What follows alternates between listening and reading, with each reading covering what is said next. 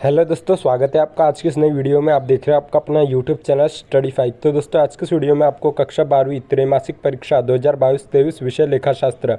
तो दोस्तों, लेखाशास्त्र का रियल पेपर, साथ ही साथ इसके आंसर आज की इस वीडियो के माध्यम से हम आपको बताने वाले हैं। तो वीडियो स्टार्ट करने से पहले यदि आप हमारे चैनल पर नए हो तो आपको वीडियो के नीचे एक लाल कलर का सब्सक्राइब का बटन दिख रहा होगा, तो आपको उसको दबा देना है। तो जिससे होगा कि हम जब भी किसी और भी पेपर के आंसर की वीडियो अपलोड करते हैं तो इसकी नोटिफिकेशन आपको आपके मोबाइल में सबसे पहले मिल जाएगी। तो दोस्तों, जैसा कि इसमें आपको सबसे पहले दिया है, समय है 3 घंटे और पूर्णांक है 80 अंक। इसके बाद इसके कुछ निर्देश, जिसमें नंबर 1 के सभी प्रश्न हल करना अनिवार्य है। इसके बाद नंबर 2 प्रश्न क्रमांक 1 से 5 तक वस्तुनिष्ठ प्रश्न है, प्रत्येक में 1 अंक निर्धारित है। इसके बाद नंबर 3 है प्रश्न क्रमांक 6 से 15 तक, प्रत्येक प्रश्न 2 अंक का है, जिनकी शब्द सीमा 30 शब्द है। इसके बाद नंबर 4 है प्रश्न क्रमांक 16 से 19 तक, प्रत्येक प्रश्न 3 अंक का है, जिनकी शब्द सीमा 75 शब्द है।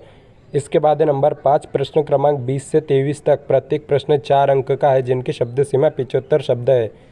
इसके बाद हम बढ़ते हैं इनके प्रश्नों की ओर। इसके बाद है प्रश्न 1 सही विकल्प चुनकर लिखिए, जिसमें कहे भारतीय साझेदारी अधिनियम बनाया गया है। इसका उत्तर है 1932 में। इसके बाद है ख साझेदारी समझौते के अभाव में पूंजी पर ब्याज दिया जाता है। इसका उत्तर है 6% वार्षिक। इसके बाद बढ़ते हैं हम अगले प्रश्न की ओर। इसके बाद एक ग ख्याति है। इसका उत्तर है एक अमूर्त संपत्ति। इसके बाद घ है वसूली खाते में संपत्तियां अंतरित करते हैं। इसका उत्तर है विक्रय मूल्य पर। यदि दोस्तों आपको इसके अलावा किसी और भी पेपर के आंसर की वीडियो देखनी है तो वीडियो के नीचे एक लाल कलर का सब्सक्राइब का बटन दिख रहा होगा, तो आपको उसको दबा देना है। तो जिससे होगा कि हम जब भी किसी और भी पेपर के आंसर की वीडियो अपलोड करते हैं तो उसकी नोटिफिकेशन आपको आपके मोबाइल में सबसे पहले मिल जाएगी। इसके बाद हम बढ़ते हैं अगले प्रश्न की ओर। इसके बाद है च अंशधारी प्राप्त करते हैं। इसका उत्तर है कमीशन। इसके बाद छ है वह पूंजी जिससे अधिक अंशों का निर्गमन नहीं किया जा सकता कहलाती है। इसका उत्तर है निर्गमित पूंजी। इसके बाद है प्रश्न 2 रिक्त स्थानों को भरिए, जिसमें क साझेदारी का जन्म रिक्त स्थान से होता है। इसका उत्तर है समझौते। इसके बाद है ख ख्याति पर रिक्त स्थान नहीं लगाया जाता है। इसका उत्तर है ब्याज। इसके बाद ग वसूली खाता रिक्त स्थान प्रकृति का खाता होता है। इसका उत्तर है नाम मात्र। इसके बाद घ है अंश रिक्त स्थान प्रकार के होते हैं। इसका उत्तर है 2। इसके बाद च है पार्षद सीमा नियम रिक्त स्थान का उल्लेख करता है। इसका उत्तर है कंपनी। इसके बाद छ है ऋण पत्रधारी को रिक्त स्थान देने का अधिकार नहीं होता है। इसका उत्तर है मत। इसके बाद है ज जिन ऋण पत्रों का भुगतान एक निश्चित अवधि के बाद कर दिया जाता है उन्हें रिक्त स्थान ऋण पत्र कहते हैं। इसका उत्तर है शोध्य या प्रतिदेय ऋण पत्र। इसके बाद हम बढ़ते हैं अगले प्रश्न की ओर। इसके बाद है प्रश्न 3 सही जोड़ी बनाइए। तो दोस्तों, आपको ये सही जोड़ियों के आंसर इनके सामने दे दिए गए, तो आप इसको वीडियो को रोककर आराम से नोट कर लीजिए। तब तक हम बढ़ते हैं अगले प्रश्न की ओर। इसके बाद है प्रश्न 4 एक शब्द या वाक्य में उत्तर दीजिए, जिसमें कहे अंकित मूल्य से अधिक मूल्य पर अंशों का निर्गमन कहलाता है।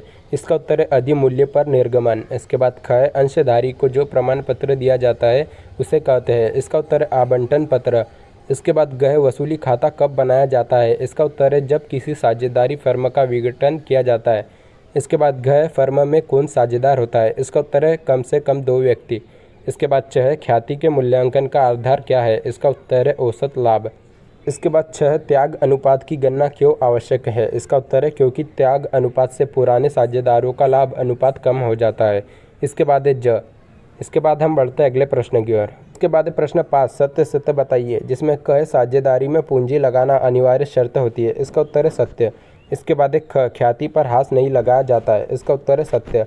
इसके बाद है ग। इसके बाद है घ। इसके बाद है च अग्रिम मांग अंश पूंजी का एक भाग है। इसका उत्तर है असत्य। इसके बाद है छ। इसके बाद हम बढ़ते हैं अगले प्रश्न की ओर। इसके बाद है प्रश्न 6 नए साझेदार के प्रमुख अधिकारों को समझाइए। इसके बाद है प्रश्न 7 ख्याति उत्पन्न होने के कारण लिखिए। इसके बाद है प्रश्न 8 औसत लाभ और अधिलाभ में अंतर लिखिए। इसके बाद है प्रश्न 9 वार्षिकी से क्या आशय है। इसके बाद है प्रश्न 10 वसूली खाते से क्या आशय है। इसके बाद है प्रश्न 11 फर्म के विघटन पर बनाए जाने वाले खातों के नाम लिखिए। इसके बाद है प्रश्न 12 समता अंश एवं पूर्वाधिकार अंश में अंतर बताइए। इसके बाद है प्रश्न 13 कंपनी की पूंजी संरचना पर एक टिप्पणी लिखिए। इसके बाद है प्रश्न 14 वित्तीय विवरणों का निम्न के लिए महत्व बताइए, जिसमें नंबर 1 है अंशधारक। इसके बाद नंबर 2 है लेनदार। इसके बाद है नंबर 3 सरकार। यदि दोस्तों आपको इसके अलावा किसी और भी पेपर और पेपर के आंसर की वीडियो देखनी है तो वीडियो के नीचे एक लाल कलर का सब्सक्राइब का बटन दिख रहा होगा, तो आपको उसको दबा देना है। तो जिससे होगा कि हम जब भी किसी और भी पेपर के आंसर की वीडियो अपलोड करते हैं तो उसकी नोटिफिकेशन आपको आपके मोबाइल में सबसे पहले मिल जाएगी। तो दोस्तों वीडियो अच्छी लगी हो तो वीडियो को लाइक करें, चैनल को सब्सक्राइब करें। थैंक्स।